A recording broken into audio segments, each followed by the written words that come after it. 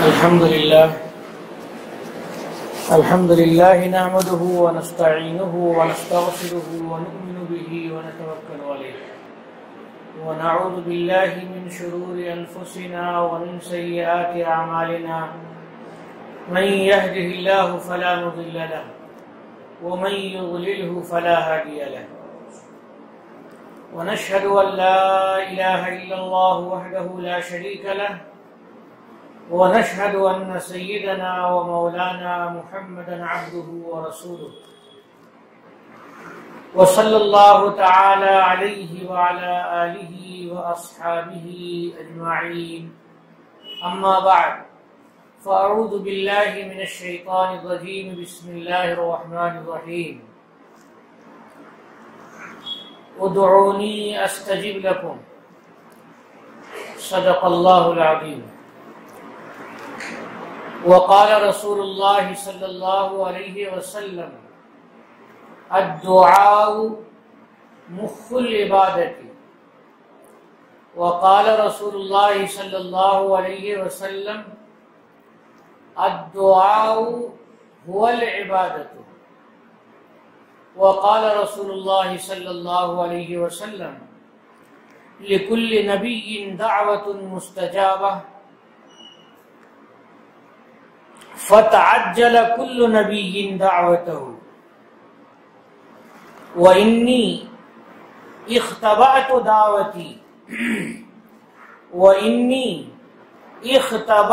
دعوتي شفاعة لأمتي إلى يوم القيامة فهي نائلة إن شاء الله من مات من أمتي لا يشرك بالله شيئا.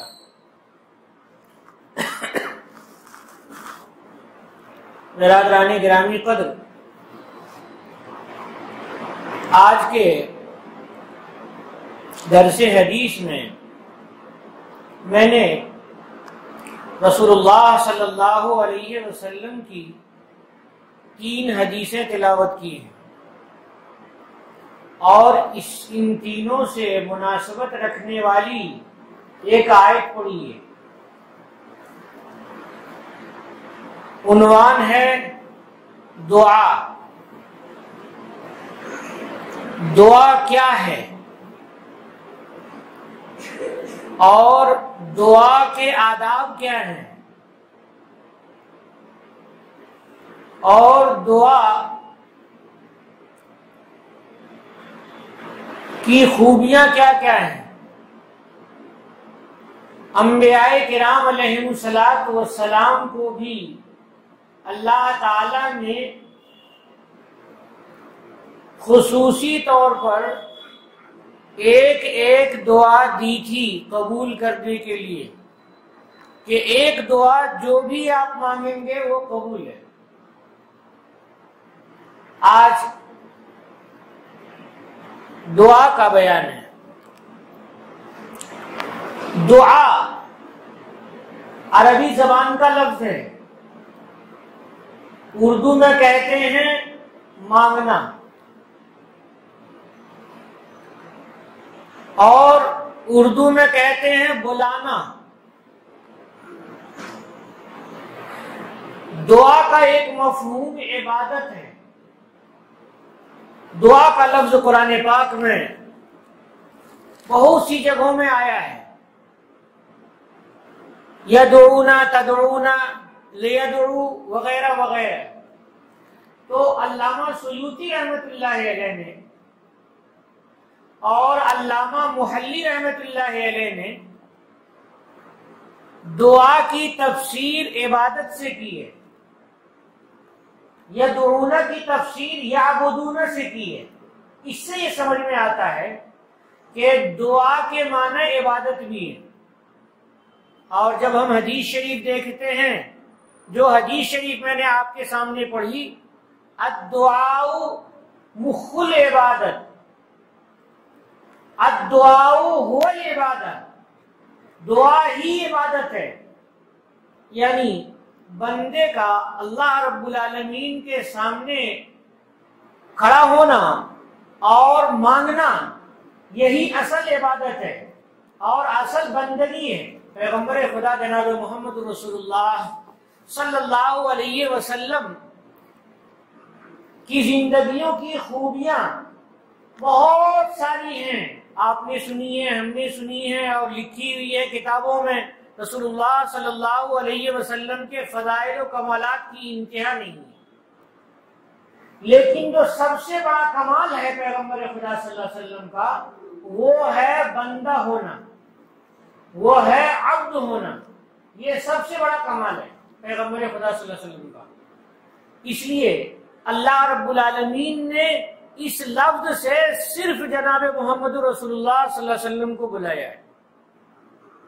اور آپ وہ آیت معراج والی جو آیت ہے، اسراء والی آیت، تو اس کو آپ پڑھیں گے تو اسرا بعبدہ کا لفظ آیا ہے کہ اللہ نے اپنے بندے کو راتوں رات چلایا، مکہ مکرمہ سے بیت المقدس تک زمین کا سفر ہوا، اور بیت المقدس سے آسمان تک اور ملأ اعلیٰ تک لفٹ سے سفر ہوا، معراج سیڑھی سے سفر ہوا۔ یہ حضرت جبریل علیہ السلام رسول اللہ صلی اللہ علیہ وسلم کو لینے آئے تھے تو خصوصی لفٹ لے کر کے آئے تھے چڑھانے کے لیے۔ اور پھر ایک جگہ آئی جہاں پر حضرت جبریل نے بھی سدرۃ المنتہا کے پاس جواب دے دیا کہ اب اس کے آگے میں نہیں جا سکتا، آپ کو خصوصی طور پر اللہ رب العالمین نے بلایا ہے۔ تو رسول اللہ صلی اللہ علیہ وسلم کو جو اللہ رب العالمین کا اتنا بڑا قرب حاصل ہوا، وہ عبد ہونے کی وجہ سے، بندہ ہونے کی وجہ سے، بندگی کرنے کی وجہ سے، عبادت کرنے کی وجہ سے۔ تو انسان کے اندر جو سب سے بڑی خوبی اور خصوصیت ہے وہ ہے انسان کا عبادت گزار ہونا۔ جو بندہ بندہ نہیں ہے، جو انسان عبادت گزار نہیں ہے، تو وہ برا بندہ ہے، اللہ رب العالمین کی عبادت نہیں کرتا ہے، اللہ کی توحید کو نہیں مانتا ہے، اور پیغمبروں کی رسالت کو نہیں مانتا ہے، اور اللہ کے سامنے سر نہیں جھکاتا ہے، اللہ سے مانگتا نہیں ہے، تو وہ بندہ نہیں ہے۔ اس سے اللہ رب العالمین دوری رکھتے ہیں، اللہ اسے اپنے سے دور رکھتے ہیں اور پسند نہیں فرماتے۔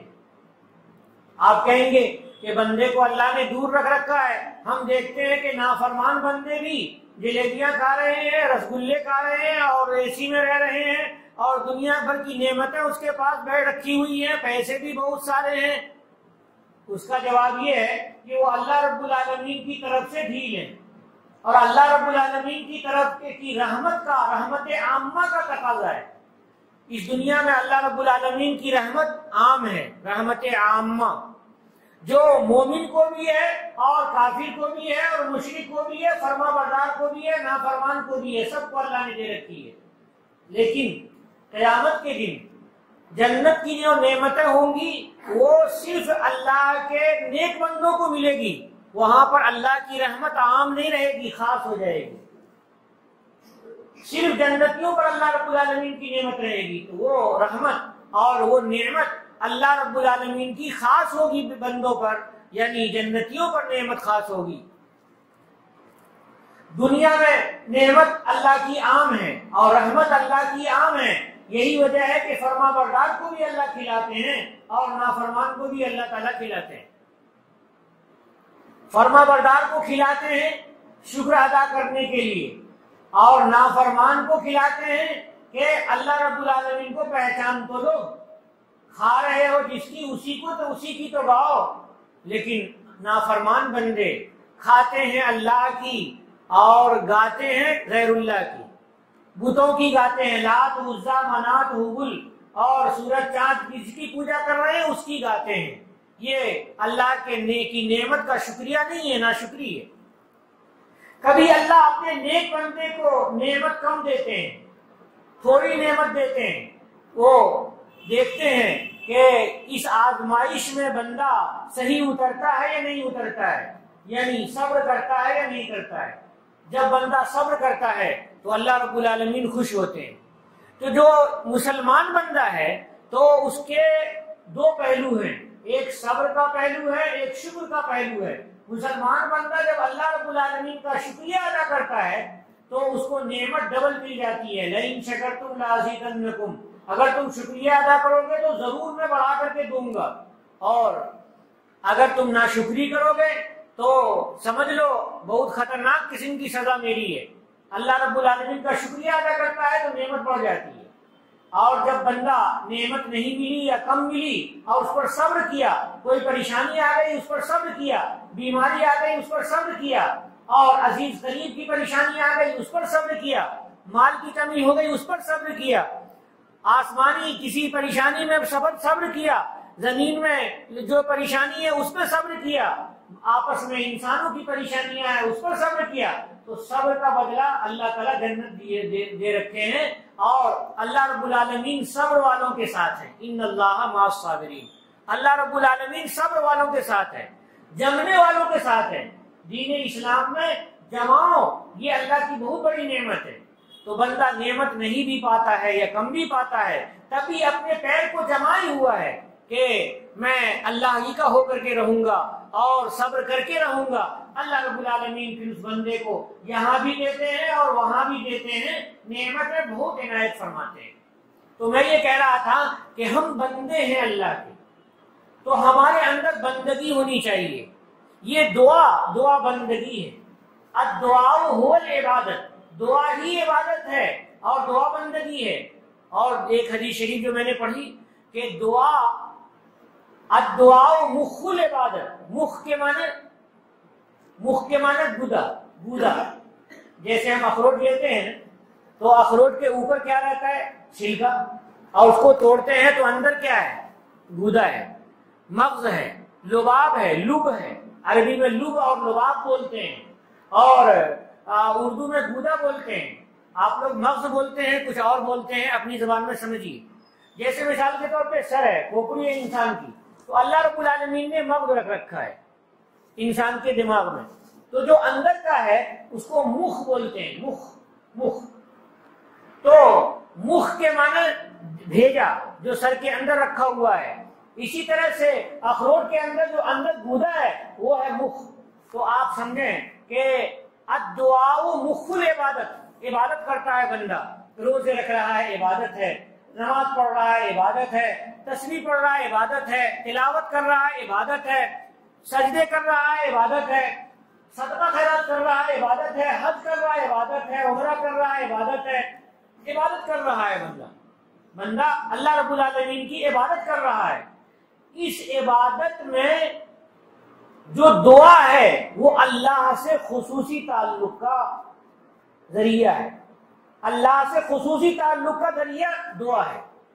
اب یہاں پر آ کر کے سمجھو کہ جو فرقے، اسلامی فرقے ایسے پیدا ہوئے کہ جنہوں نے غیروں کے اشاروں پر اسلام کو نقصان پہنچانا چاہا، تو انہوں نے روحانیت کو ختم کرنے کی کوشش کی اور اللہ اور بندے کا جہاں جہاں تعلق ہے اس تعلق کو ختم کرنے کی کوشش کی۔ مثال کے طور پر ایک آدمی ہے، وہ گمراہ ہے اور وہ یہودیوں کی سازش پر عمل کر رہا ہے، گمراہ آدمی ہے، جہانگیر اس کا نام ہے، اور وہ مظاہر علوم کا فارغ ہے، استعداد اس کی بہت مضبوط قسم کی استعداد ہے، کتابیں لے کر کے گھومتا ہے، اور وہ کہتا ہے کہ دیکھیے ہم اصلاح معاشرہ کا کام کر رہے ہیں، اور آدمی چہرہ مہرہ دیکھ کر کے اور عالم دیکھ کر کے قریب ہوتا ہے اور بات کرتا ہے اس سے، تو وہ کہتا ہے کہ دیکھو اصلاح کا ایک طریقہ سب سے اچھا ہے، وہ کیا ہے؟ وہ ہے فاسق فاجر سے دوری اختیار کرو۔ علماء کو کہتا ہے وہ کہ علماء فاسق فاجر سے دوری اختیار کریں۔ کون ہے فاسق فاجر بھائی؟ ظاہر میں کون ہے فاسق فاجر؟ اندر سے کون ہے فاسق فاجر؟ فاسق ہونا اور فاجر ہونا یعنی گنہگار ہونا یہ تو ظاہر میں پتہ نہیں چلے گا۔ اندر کون آدمی گنہگار ہے؟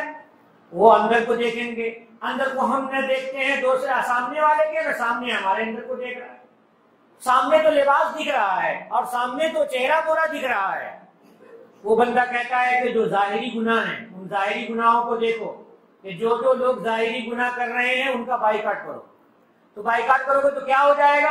کہا بائیکاٹ کرنے کا بہت بڑا فائدہ ہوگا کہ جتنے لوگ علماء سے اور اولیاء اللہ سے اور بزرگوں سے دور ہوں گے ان کو بھگایا جائے گا، ان کو مسجد میں نہیں آنے دیا جائے گا، تو وہ سوچے گا بندہ کہ اوہو میں بڑے خیر سے محروم ہو گیا اس لیے مجھے نیک بننا چاہیے، تو پھر وہ نیک بنے گا۔ یہ فلسفہ ہے، یہودیوں کا فلسفہ ہے۔ وہ کیا ہے فلسفہ؟ وہ ہے مسلمانوں کے اندر برائیاں پیدا کرنے کا ایک ہی ذریعہ ہے کہ ان کو علماء سے کاٹ دو، ان کو علماء سے کاٹ دو تو سارے کے سارے لوگ گمراہ ہو جائیں گے۔ اس نظریے پر وہ عمل کر رہا ہے اور جگہ جگہ جا کر کے گھومتا ہے اور اپنی کتابیں دیتا ہے اور حدیث شریف بتاتا ہے اور الٹی سیدھی باتیں جو دین اسلام کی روح کے خلاف ہے ایسی باتیں کرتا ہے وہ۔ اب بتائیے بھائی کہ نیک آدمی کے ساتھ رہ کر کے نا آدمی نیک بنتا ہے یا دور رہ کر کے نیک بنے گا؟ بتاؤ۔ ارے صحبت صالح ترا صالح کند، نیک آدمی کے ساتھ رہنے سے تم نیک ہو جاؤ گے، نیک کی صحبت نیک بنا دیتی ہے۔ تو جب بندہ خراب ہے، گناہ کر لیا ہے، اب وہ توبہ کرنے کے لیے اللہ والے کے پاس جا کر کے رہے گا، تب تو وہ سمجھے گا توبہ کون سی چیز ہے، تب تو وہ گناہوں کو چھوڑنے کا احساس اپنے اندر پیدا کرے گا۔ وہ دیکھے گا کہ نیک آدمی کے اندر کون کون سی صفت ہے، وہ صفت ہمیں اپنانی چاہیے۔ بھائی چھوڑ گناہ، بھائی چھوڑ فسق، چھوڑو فجور، چھوڑو ڈاکہ ڈالتے تھے وہ سب چھوڑو، چوری کرتے تھے اس کو چھوڑو اور سود لے رہے تھے اس کو چھوڑو اور رشوت لے رہے تھے اس کو چھوڑو، تب میں احساس پیدا ہوگا۔ لیکن یہودیوں کا فلسفہ یہ ہے، وہ چاہتے ہیں کہ مسلمانوں کے درمیان بے دینی پیدا ہو اور بے دینی پیدا ہونے کے لیے فاسقوں کو دور کیا جائے، فاجروں کو دور کیا جائے، گنہگاروں کو دور کیا جائے۔ ارے دور کرنے والا ہی بہت بڑا گنہگار ہو گیا، دور کرنے والا ہی بہت بڑا گنہگار ہو گیا جناب محمد رسول اللہ صلی اللہ علیہ وسلم۔ دیکھیے ایمان لانے والے کون سے لوگ تھے؟ ایمان لانے والے کون سے لوگ تھے؟ ایسا تو نہیں تھا کہ سارے پہلے سے بزرگ ہو گئے تھے، ایمان لانے کے بعد خوبیاں پیدا ہوئی اور دھیرے دھیرے بہت بڑے بن گئے۔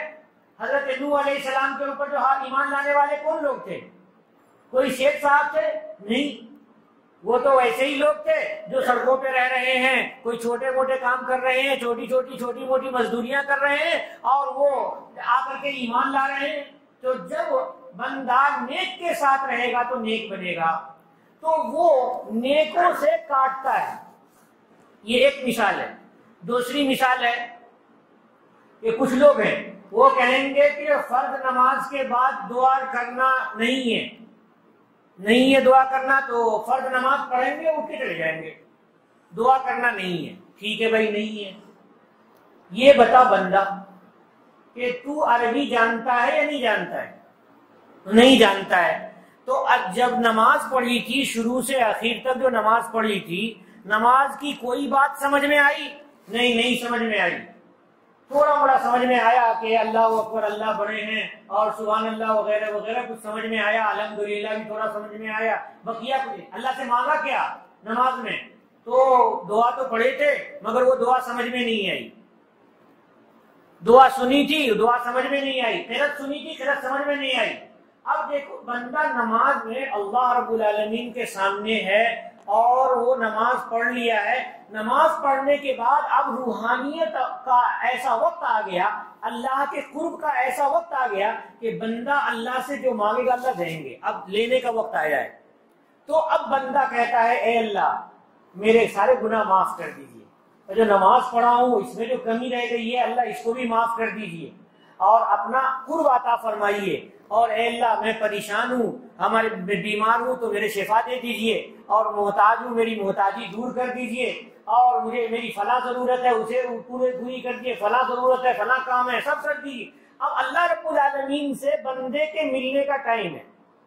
اب اس ٹائم پر وہ آدمی جو اللہ سے بندے کا تعلق کاٹنا چاہے گا وہ کہے گا بھائی دعا نہیں ہے، دعا نہیں ہے۔ ٹھیک ہے بھائی دعا نہیں ہے، کیسے دعا نہیں ہے؟ اگر دعا نہیں ہے تو اس کا مطلب یہ ہے کہ دعاؤں کا انکار اسلاف سے آنا چاہیے۔ تم بتاؤ کہ کتنے لوگ ایسے ہیں جنہوں نے فرض کے بعد دعا کرنے سے منع کیا ہے؟ یہ بتاؤ۔ تو ایک بھی آدمی ایسا نہیں ملے گا کہ جس نے فرض کے بعد دعا کرنے سے منع کیا ہوگا۔ نہ تو امام ابو حنیفہ ملیں گے، نہ امام شافعی ملیں گے، نہ مالک ملیں گے، نہ حنبلی ملیں گے۔ اہل حق تو 4 ہی ہیں، کوئی نہیں ملے گا ایسا جو دعا کو منع کرتا ہو۔ تو اب سمجھنا پڑے گا، شریعت کو سمجھنے کے لیے اندر جانا پڑے گا، گہرائی میں جانا پڑے گا۔ گہرائی میں کیسے جائیں گے؟ دیکھیے رسول اللہ صلی اللہ علیہ وسلم، صحابہ کرام، تابعین اور ایسے لوگ جو عربی زبان جانتے ہیں، تو وہ جب نماز پڑھتے ہیں، عربی جاننے والا جو نماز پڑھتا ہے تو مکمل اللہ سے کنیکٹ رہتا ہے۔ وہ کیا کہہ رہا ہوں اللہ کو وہ سمجھ رہا ہے، اللہ تعالیٰ مجھ سے کیا کہہ رہے ہیں تلاوت کر رہا وہ سمجھ رہا ہے، تو وہ کنیکٹ رہتا ہے، ڈس کنیکٹ نہیں رہتا ہے کنیکٹ۔ تو عالم کا جو کنیکشن ہوتا ہے اور عربی جاننے والے کا جو کنیکشن ہوتا ہے وہ مضبوط ہوتا ہے، اور دوسرے آدمی کا جو ہوتا ہے وہ اتنا مضبوط نہیں ہوتا ہے۔ اب بندہ نماز کے اخیر میں اللہ رب العالمین سے اپنی زبان میں کچھ کہنا چاہتا ہے، اللہ سے تعلق کے اظہار کے لیے اپنی زبان میں کچھ کہنا چاہتا ہے، اور اس نے اللہ کو سجدے کیے ہیں تو اللہ رب العالمین سے مانگنے کے قابل اس کو ایک حق حاصل ہو گیا ہے۔ اب ایسے موقع سے بندہ جب اللہ سے قریب ہو گیا تو کوئی شیطان آ رہا ہے کہہ رہا ہے کہ نہیں قربت نہیں ہے، بس ختم کرو، ہٹو یہاں سے، چلے جاؤ۔ اب بندہ اللہ سے جڑا ہی نہیں صحیح سے، کیونکہ نماز تو سمجھ میں آئی نہیں، اور اپنی زبان میں جو ہم اللہ سے کہتے وہ کہا نہیں، تو اللہ سے تعلق کہاں قائم ہوا؟ تو دعا اللہ سے تعلق قائم کرنے کا ذریعہ ہے، اسی لیے دعا عبادت کا مغز ہے، عبادت کا مغز ہے۔ جیسے بھیجا ہے سر میں اور جیسے اخروٹ کے اندر گودا ہے، تو ویسے ہی عبادت کا جو مغز ہے وہ دعا ہے۔ اس لیے دعا سے کٹنا اور دعا سے کاٹنا یہ کبھی ثابت نہیں ہے۔ دعا کو منع کرنا یہ بدعت ہے، اس لیے بدعت ہے کہ اسلاف میں کسی نے دعا سے منع نہیں کیا۔ اس لیے دعا بہت اہم چیز ہے جو میں آپ کو سمجھا رہا ہوں۔ حضرت نبی کریم صلی اللہ علیہ وسلم اور سارے انبیاء، حضرت آدم علیہ السلام سے لے کر کے جتنے انبیاء آئے حضور تک، سارے نبیوں کو اللہ رب العالمین نے ایک ایک دعا مانگنے کا اختیار دیا تھا کہ آپ لوگ جو دعا مانگنا چاہیں وہ دعا مانگ لیجئے۔ تو سارے نبیوں نے اس دعا کو مانگ لیا۔ مثال کے طور پر حضرت آدم علیہ السلام ہیں، انہوں نے بھی دعا مانگ لی۔ حضرت ابراہیم علیہ السلام ہیں، انہوں نے بھی دعا مانگ لی۔ حضرت موسیٰ علیہ السلام ہیں، انہوں نے بھی دعا مانگ لی، وغیرہ وغیرہ، سب نے دعا مانگ لی۔ رسول اللہ صلی اللہ علیہ وسلم فرماتے ہیں کہ میں نے اپنی دعا کو چھپا کے رکھ لیا، اپنی دعا کو چھپا کے رکھ لیا۔ جیسے مثال کے طور پر گھر میں اماں ہیں اور اماں نے سارے بھائیوں کو اور ساری بہنوں کو رسگلے دیے، سب کو دیا، رسگلہ سمجھتے ہوں گے نا، رسگلے دیے سب لوگوں کو، اب کہ تم لوگ جب چاہو کھا سکتے ہو، تو سب نے اپنے اپنے حساب سے کھا لیا، اور ایک نے رکھ لیا کہ کل جب میں اسکول جاؤں گا اس وقت کھاؤں گا، کیونکہ اس وقت جو ناشتہ رہتا ہے اس میں میٹھا نہیں ہے، یہ میٹھا میں اس وقت کھاؤں گا۔ وہ رکھ دیا جا کر کے، فریج میں جا کر کے رکھ دیا۔ اب اس وقت وہ نکال کر کے کھا رہا ہے کیونکہ اس کو اس کی ضرورت اس وقت ہوئی ہے، اور جو دوسرے بھائی بہن تھے انہوں نے اپنی ضرورت کو خیال نہیں کیا، سوچا کہ چلے ابھی رات ٹپک رہی ہے، لے کر کے منہ میں رکھ لیا، ختم ہو گئی بات۔ اللہ کے نبی جناب محمد رسول اللہ صلی اللہ علیہ وسلم نے اس دعا کو رکھ لیا کہ قیامت کے دن جب سارے لوگ پھنس جائیں گے اس وقت میں اللہ رب العالمین سے اپنی امت کو بخشوانے کی دعا کروں گا، اپنی امت کو بخشوانے کی دعا کروں گا کہ اے اللہ آپ نے تو کہا تھا کہ ایک دعا مانگنے کا حق ہے اور میں ضرور قبول کروں گا، تو اے اللہ میں نے اپنی امت کے لیے اس دعا کو رکھ لیا تھا اور آج مانگ رہا ہوں، اب تو ہماری امت کو معاف فرما دیجیے۔ اللہ تعالی ہم لوگوں کو حضور کی شفاعت نصیب فرمائے۔ تو فرماتے ہیں نبی کریم صلی اللہ علیہ وسلم، یہ حدیث شریف دیکھیے، مسلم شریف کی حدیث ہے، آپ یوں نہیں کہیے گا کہ کہیں ویسے ہی کمزور قسم کی روایت لا کر کے بتا دیا ہے۔ بہت سارے لوگ ہیں وہ بولتے ہیں ضعیف روایتیں رہتی ہیں، وہ خود ضعیف ہیں، ایمان ضعیف ہے اور باپ ضعیف ہے اور دادا ضعیف ہے، سارے لوگ ضعیف ہیں ان کے۔ لِكُلِّ نَبِيٍّ دَعْوَةٌ مُسْتَجَابَةٌ، ہر نبی کی ایک مقبول دعا ہے۔ کیا فرمایا رسول اللہ صلی اللہ علیہ وسلم نے؟ ہر نبی کی ایک مقبول دعا ہے۔ مقبول دعا اللہ رب العالمین کی طرف سے تھی کہ ادعونی استجب لکم، مجھ سے دعا کرو میں قبول کروں گا۔ اللہ سارے بندوں کو کہہ رہے ہیں، تو انبیاء کرام تو خاص بنتے ہیں تو ان کو تو ضرور کہیں گے، اسپیشل ان سب لوگوں کے لیے۔ تو فرما رہے ہیں رسول اللہ صلی اللہ علیہ وسلم فتعجل کل نبی دعوتہ، ہر نبی نے اپنی دعا جلدی مانگی، ہر نبی نے اپنی دعا میں جلدی کی، جلدی مانگی، یعنی اسی دنیا میں سارے انبیاء نے دعا مانگ لی۔ حضرت آدم نے بھی مانگ لی، حضرت نوح نے بھی مانگ لی، حضرت ابراہیم نے بھی مانگ لی، حضرت اسماعیل نے بھی مانگ لی، حضرت موسیٰ نے بھی مانگ لی، حضرت عیسیٰ نے بھی مانگ لی، حضرت عزیر نے بھی، سارے کے سارے انبیاء کرام علیہ السلام نے دنیا ہی میں دعا مانگ لی۔ وَإِنِّي اخْتَبَعْتُ دعوتی، اور میں نے اپنی دعا کو چھپا لیا، محفوظ کر کے رکھ دیا، فریج میں ڈال دیا، محفوظ کر کے رکھ دیا، بند کر کے رکھ دیا۔ اختباتوں کے معنی چھپا کے رکھنا، کسی چیز کو چھپا کر کے جو رکھتے ہیں اس کو اختباتوں بولتے ہیں۔ میں نے اپنی دعا کو چھپا لیا، کاہے کے لیے چھپا لیا؟ شفاعتاً لامتی، اپنی امت کی سفارش کے لیے، کہ میں اللہ سے کہوں گا کہ اے اللہ آپ نے کہا تھا کہ ایک دعا میں ضرور قبول کروں گا، تو میں نے اس کو چھپا کے رکھ رکھا ہے، آج مانگ رہا ہوں، اب ہماری امت کو معاف فرما دیجیے۔ رسول اللہ صلی اللہ علیہ وسلم سجدے میں چلے جائیں گے اور اللہ کی تعریف کرتے رہیں گے، اللہ کی حمد بیان کریں گے، اللہ کی ثنا بیان کریں گے اور اللہ کے خوش کرنے کے ایسے ایسے الفاظ بیان کریں گے کہ جن الفاظ سے حضور نے دنیا میں اتنی تعریف اللہ کی نہیں کی تھی۔ اس وقت اللہ الہام فرمائیں گے حضور کو نئے نئے الفاظ اور نئے نئے مضامین کا، اور حضور اللہ کی تعریف بیان کرتے چلے جائیں گے۔ رسول اللہ صلی اللہ علیہ وسلم کو اللہ تعالیٰ فرمائیں گے یا محمد ارفع راسک، اے محمد اپنا سر اٹھاؤ، سل تعطا، مانگ تجھے مل جائے گا، دے دیا جائے گا۔ اس وقت اللہ کے نبی صلی اللہ علیہ وسلم کہیں گے کہ یا اللہ میری امت گنہگار ہے، کبائر گناہ کیے ہوئی ہے، ہماری امت کو معاف فرما دیجیے۔ تو اللہ رب العالمین امت کے ایک بڑے حصے کو معاف فرما دیں گے، پھر ایک حصہ بچا ہوا رہے گا، تو اس وقت پھر اللہ کے نبی صلی اللہ علیہ وسلم سجدے میں گر جائیں گے اور پھر دعا کریں گے، پھر دعا کریں گے، بہت دیر تک دعا کرتے رہیں گے، تو پھر اللہ رب العالمین کی طرف سے آواز آئے گی کہ یا محمد ارفع راسک سل تعطا، مانگ دے دیا جائے گا۔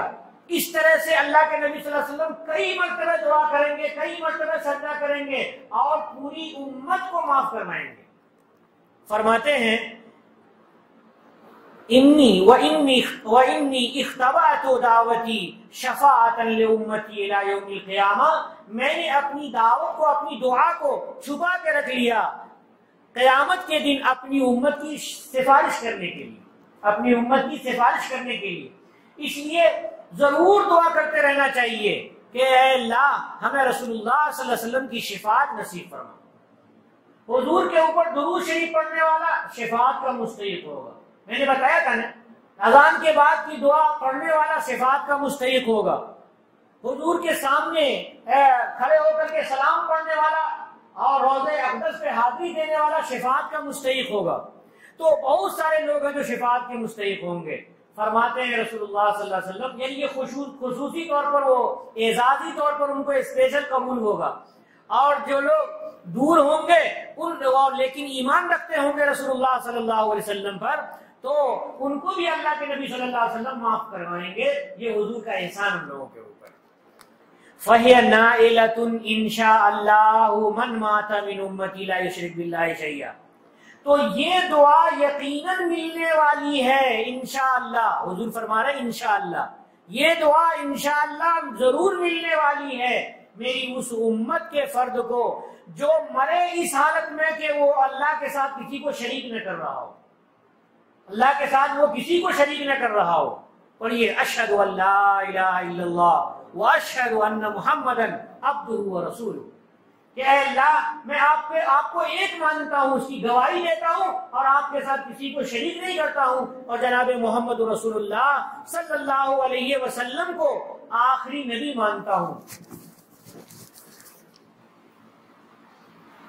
آج یہیں پر رہنے دیں گے اور پھر انشاءاللہ تعالی اگلی بات اگلے دن بیان کریں گے. لمبی بات ہو جائے گی تو آپ لوگوں کو سہمت ہوگی.